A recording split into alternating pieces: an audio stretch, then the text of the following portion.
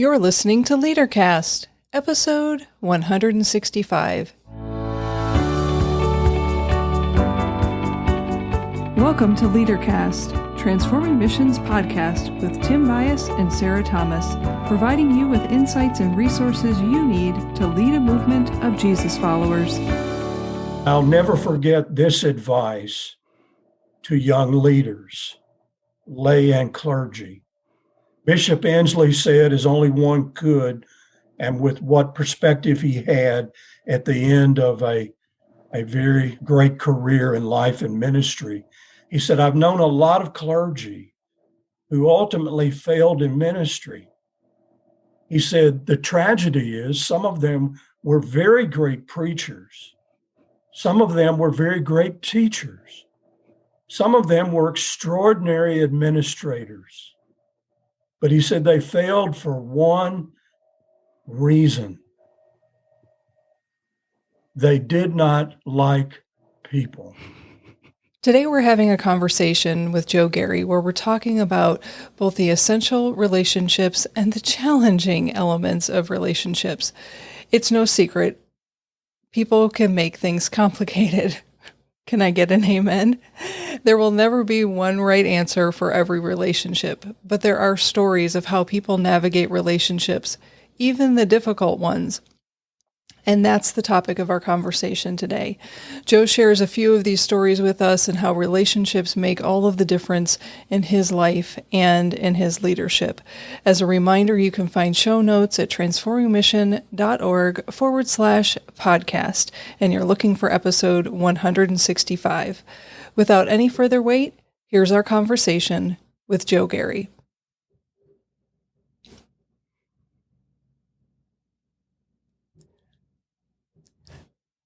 Joe, welcome to LeaderCast. Thank you. It's good to be here. We want people to know who you are and what you're doing. So let me ask you the question, who are you and how are you spending your time these days?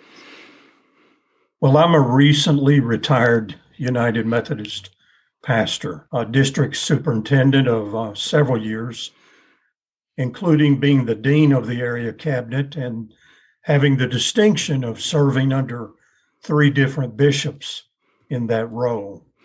At the time of my retirement, I was director of connectional ministries, which is much like a chief operating officer or program officer in the secular world, and well over 40 years of experience in leadership and building helpful relationships.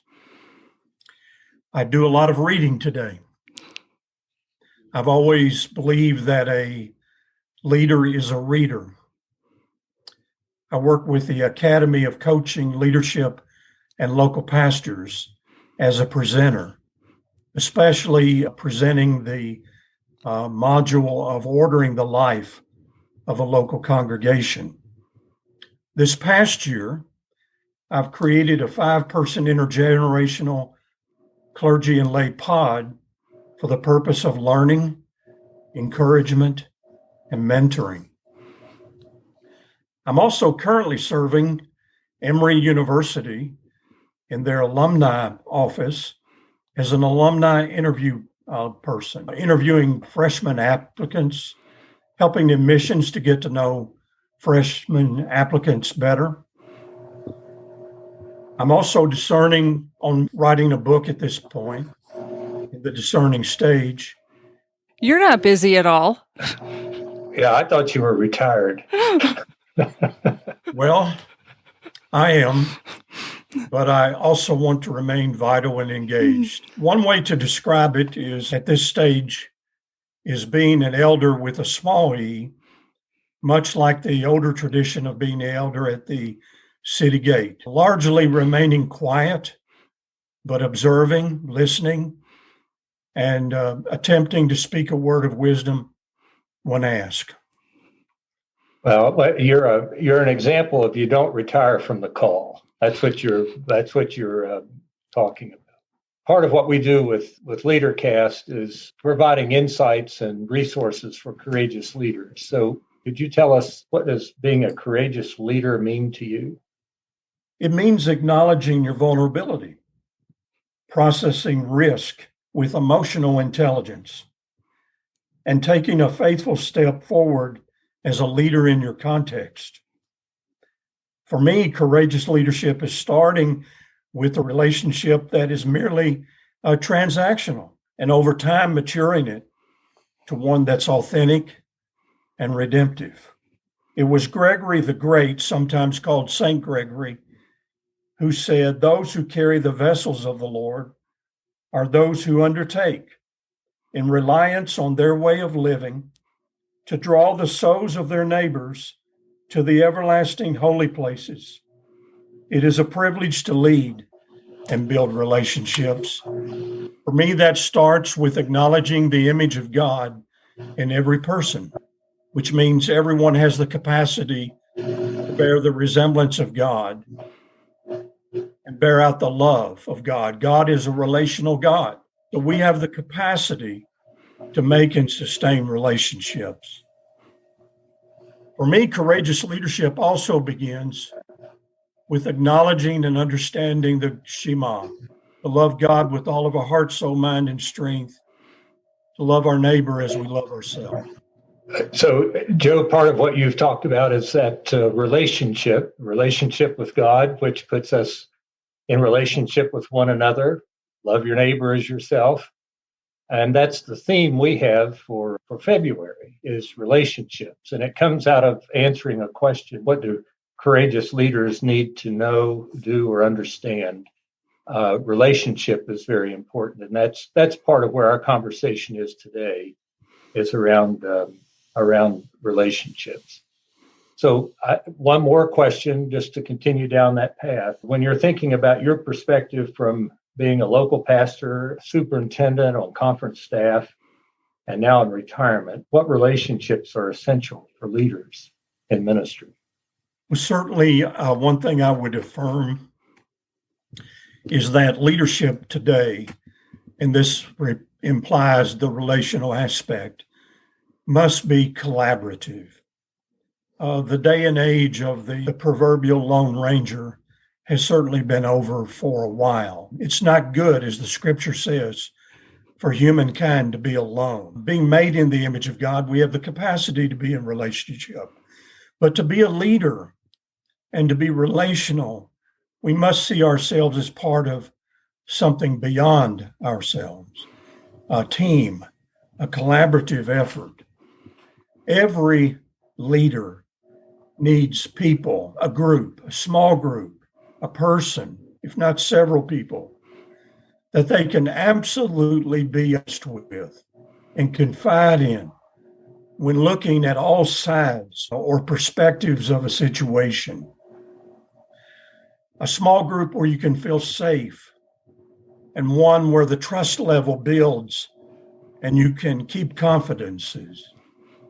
It's important to nurture and maintain healthy relationships with those that are over you in a supervisory position, lateral, your peers, those you supervise, the people you serve, especially those that align with your mission.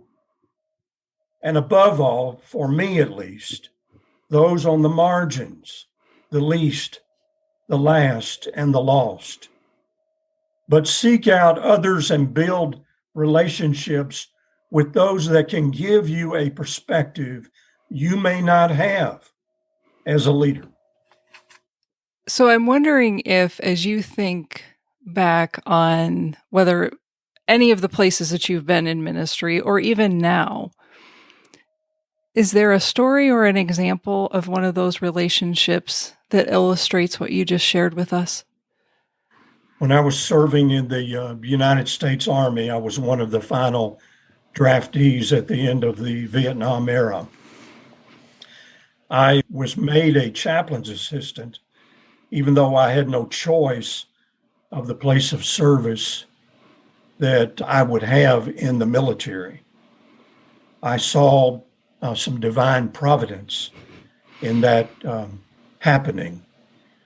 One of the first supervisors I had in my assignment was a military officer chaplain who took a mentoring relationship in me as a young Christian and as someone who was beginning to feel a call to ordained ministry, and spent the remainder of my military time under his supervision with regular opportunities to mentor me and to help me have a more realistic, mature perspective on what pastoral ministry would be. And so, to me, that collaboration, even though it's rare in the military, and sometimes there are regulations that prescribe against officer enlisted types of relationships, that person was willing to go past that to see potential in me and to help me take my next faithful step. Thank you for that.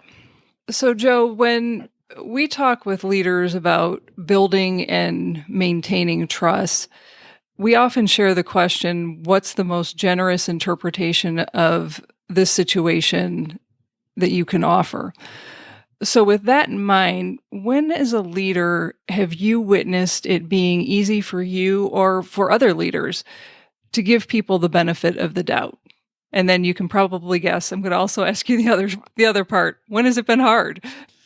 Well, it is certainly easier for me through the years to be patient, to offer forbearance, to be generous, to give people the benefit of the doubt.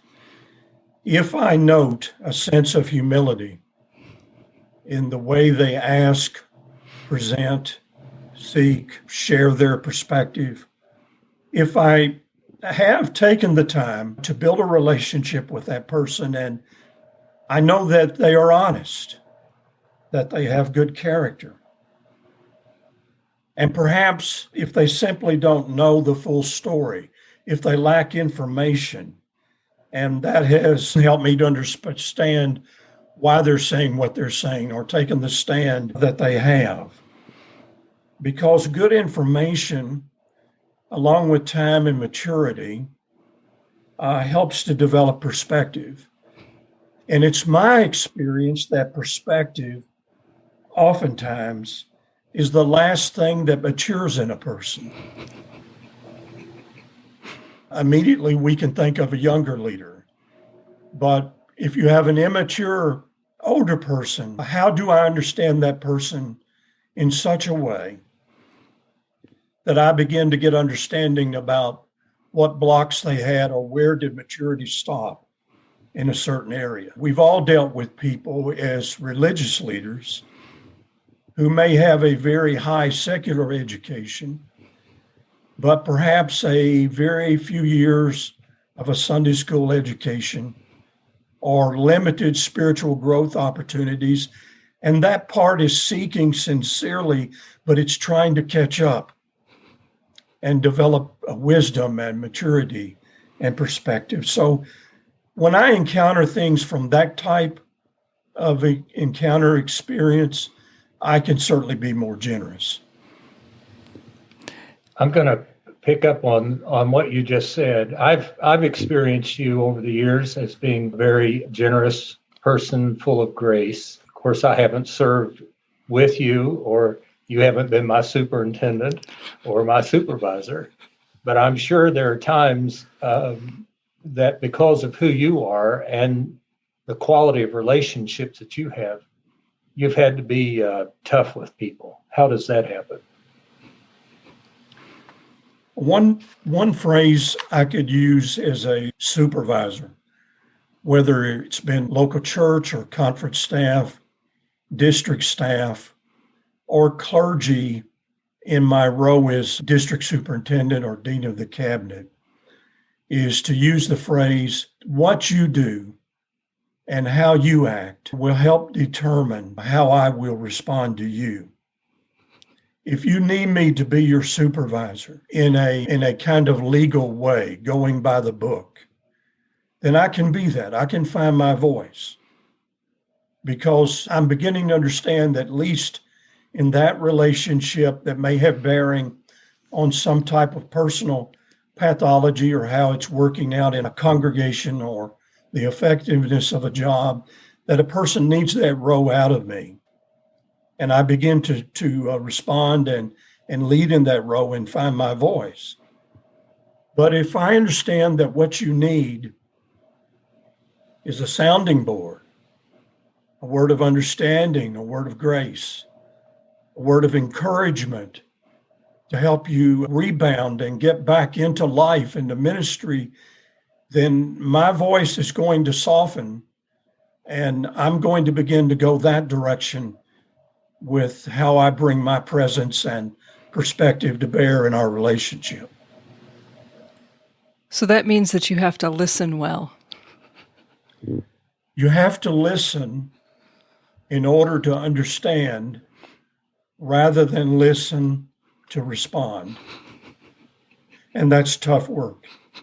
Yeah, if there's a relationship there, we have to listen in order to Absolutely. respond. So thank you for pointing to that. I'm wondering, Joe, if you can name an experience for us, and knowing you as I do, I kind of chuckled when I wrote this question down because I've experienced you as a kind and loving person. So my question may sound kind of funny. Can you think of an experience that it was difficult to love the person that you were leading? And maybe not so much, you're welcome to share the story, but what I'm really wondering is, what do you want leaders to know about navigating tough relationships?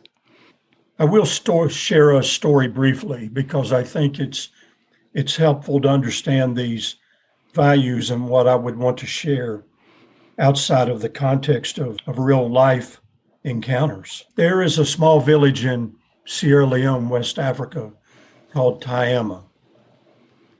And for several years, I led medical missions to the United Methodist Clinic in that village, short-term missions of 2 weeks or longer.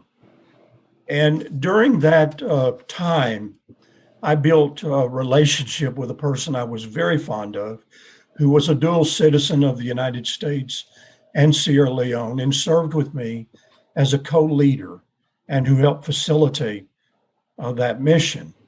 During that time, I built relationships with the village chief, with the local pastor in Tiama, the district superintendent, doctors that were indigenous to that area and from other medical organizations, and the village nurse.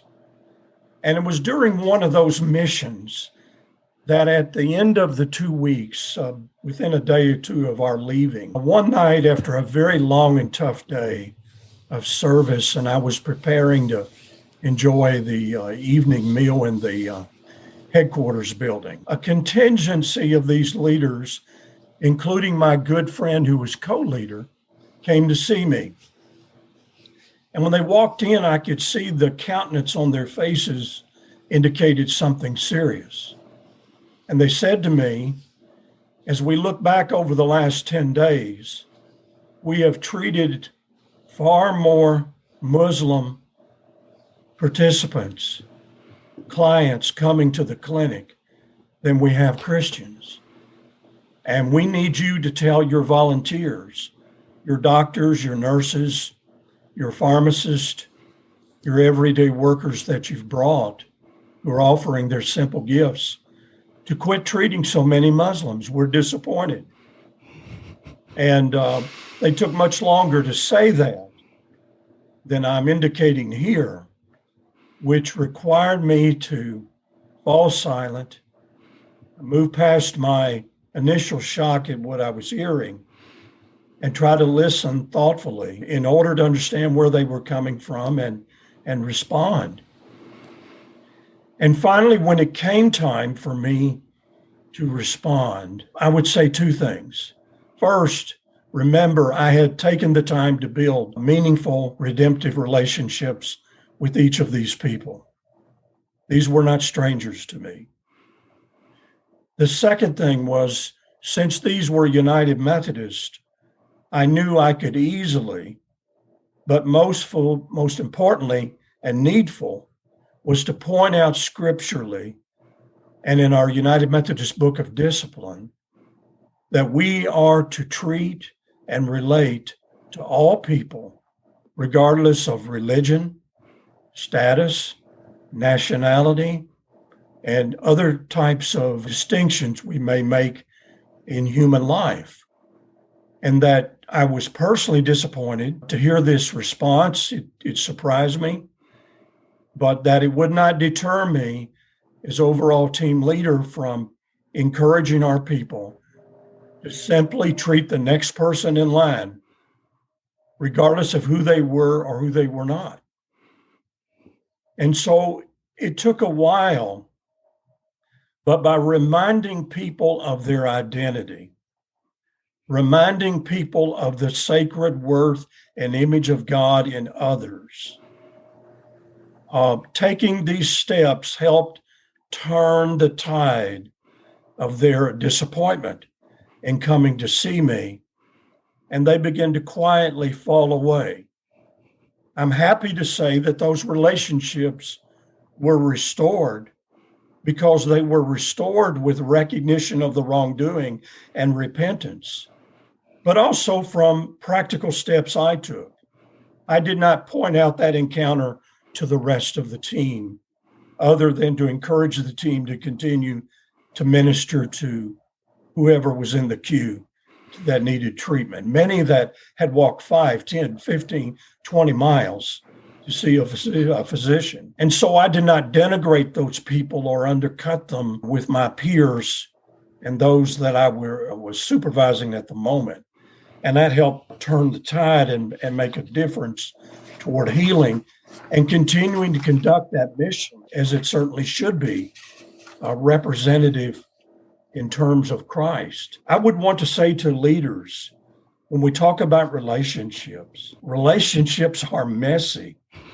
Long-term relationships in the context of real life mission and ministry are messy. And I would say this, if we haven't taken the time to build a real relationship, it's difficult in the heat of the moment to create a relationship when you badly need it. As I quietly responded, they began to fade away one by one. And we went forward. And so that's one story and some lessons learned from that. That's a good word of the urgency of the moment is the moment that we're able to go to that well and draw from the well of relationships that have been formed and shaped. But we can't just go to the well expecting it to happen in the urgency of the moment if there hasn't been any work that has gone into developing those relationships. And you may have just given us the title of this episode. It might just be Relationships Are Messy. Yes, they are, but so needful. And we must take the time to keep in mind as leaders that, among other things, it is our role to be committed to the mission, to understand the mission, to articulate the mission, and with grace and accountability to help others who may forget. Part of the human condition is human beings have short memories.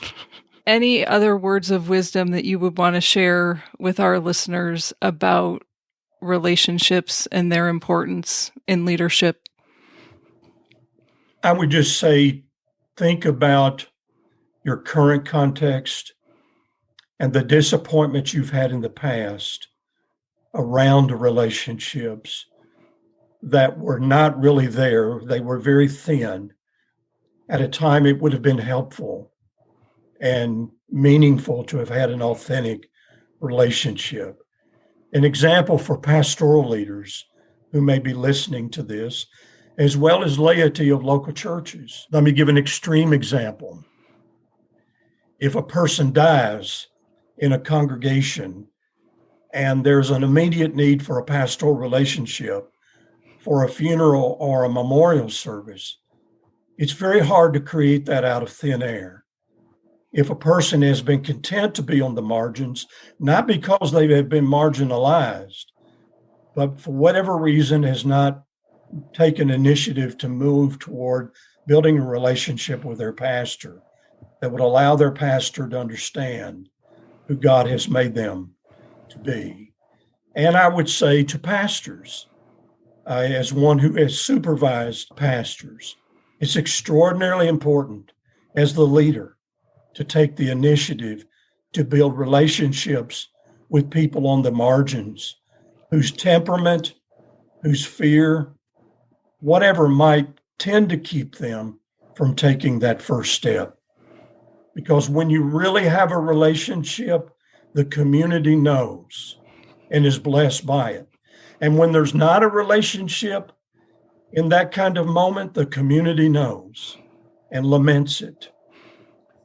One of the things that I appreciate about you, and it's coming out now, is that relationships are things that grow out of who you are. I think a lot of the people with whom I've worked over the years, and I'm making an assumption it's been the same for you, and that is the kind of relationships you're talking about are not manufactured relationships.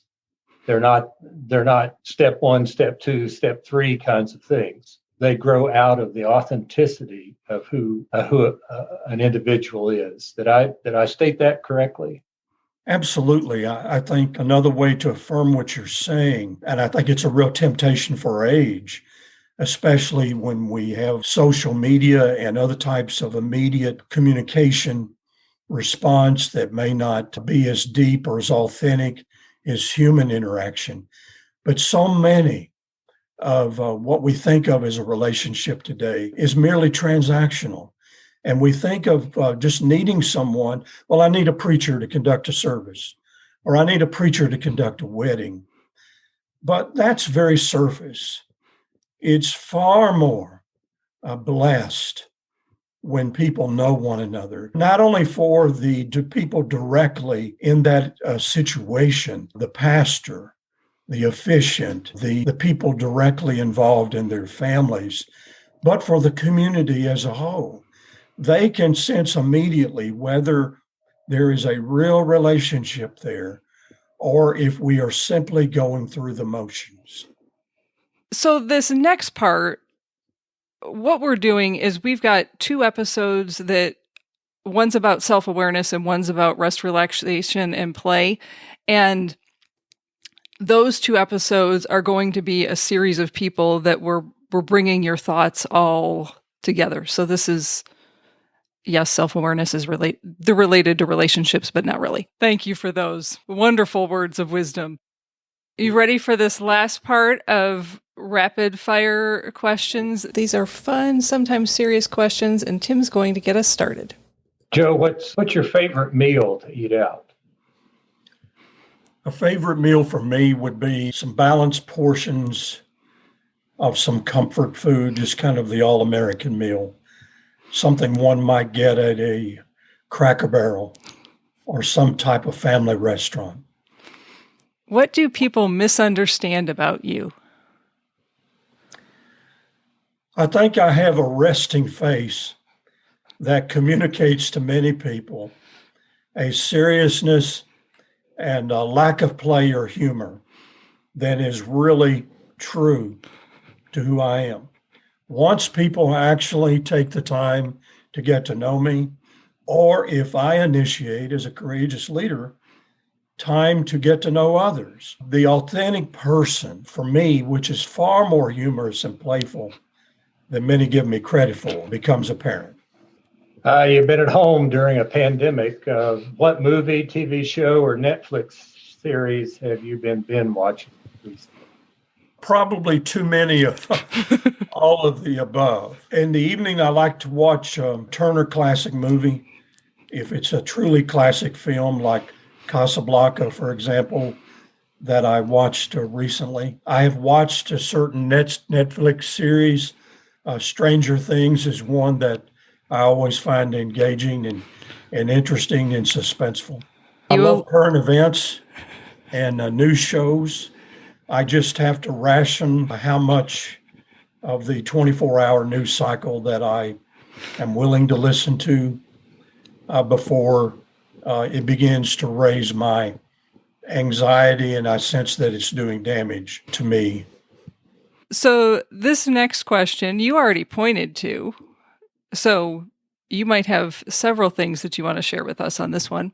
What are you reading?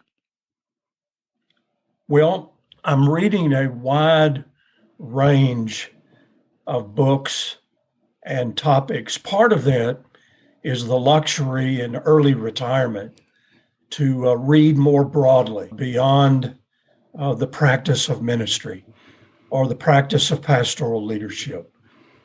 And so I love history.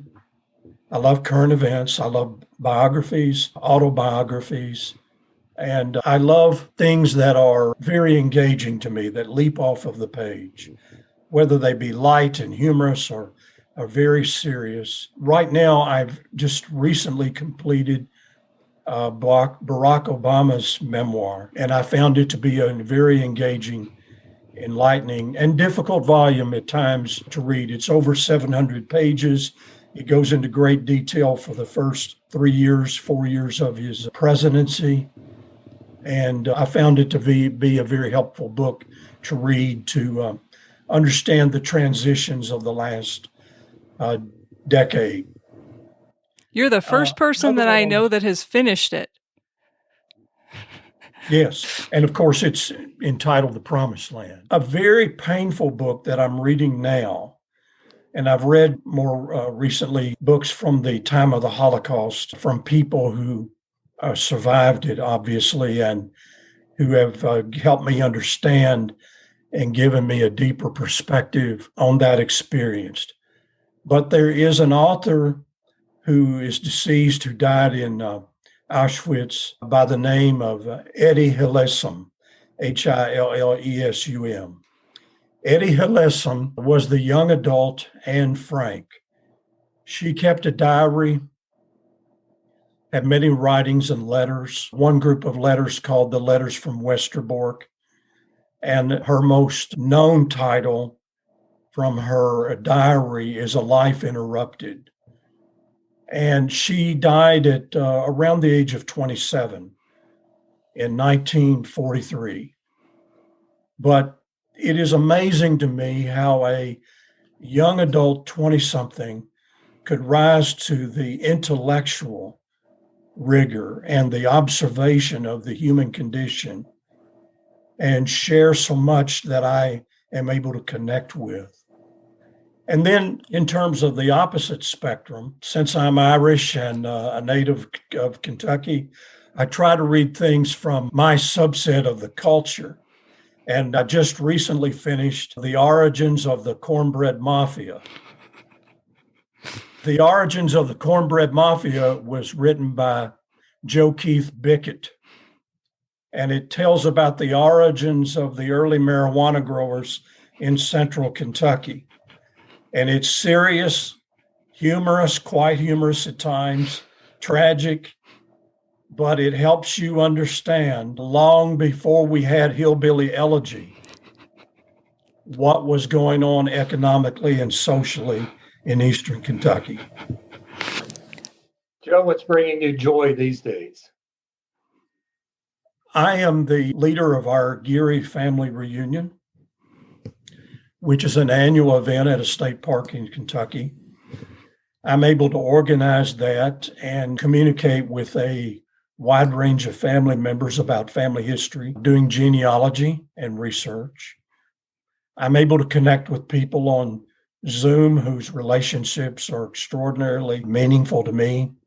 I'm beginning to write more. I hope to write a book in the next year or two about some formational experiences in my life. And as I've shared today in this episode, how those affected me and what I've taken forth with them and would want to commend to others. I'm certainly engaging life to the absolute limit while also taking the necessary precautions during this time of pandemic.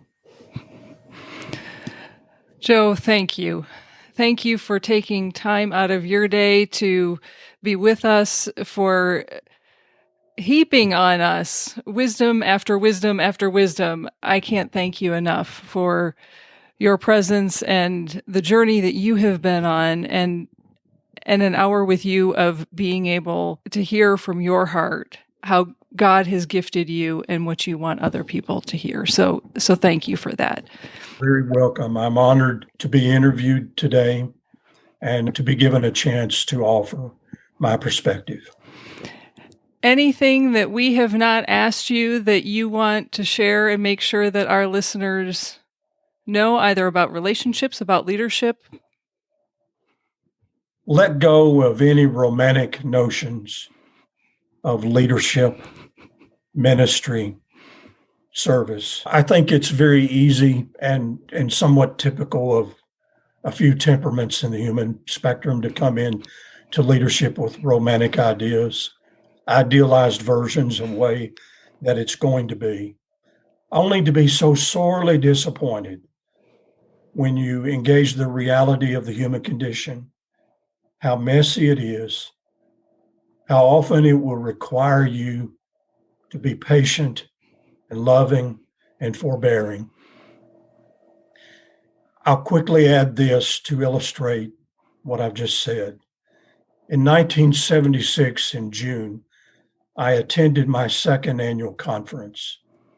The person preaching the ordination sermon that year was in his 12th year as bishop of the West Ohio Conference, the late Bishop F. Gerald Ensley, who died in September after speaking to our conference ordinands in June.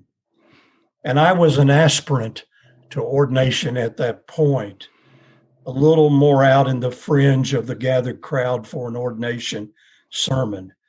And I'll never forget this advice to young leaders, lay and clergy. Bishop Ensley said, as only one could, and with what perspective he had at the end of a very great career in life and ministry, he said, I've known a lot of clergy who ultimately failed in ministry. He said, the tragedy is some of them were very great preachers. Some of them were very great teachers. Some of them were extraordinary administrators. But he said they failed for one reason. They did not like people. And I think what Bishop Ensley planted in a seed in my heart that night as a young idealist and a young person with romantic notions of how ministry would certainly be, was that it was going to require a lot of love and understanding to love God's people and people beyond the church in the coming years. And if I didn't basically love people, it didn't matter how effective as a courageous leader I would be in all these other areas. People know whether you care about them. People know whether you love them as a person. There's a hunger for that, and it will always be. So, Joe, I can attest to the fact that I know that you love me. Thank you. So I'm grateful. I am more who I'm supposed to be because of you and your openness to God and the way God has embraced me through you.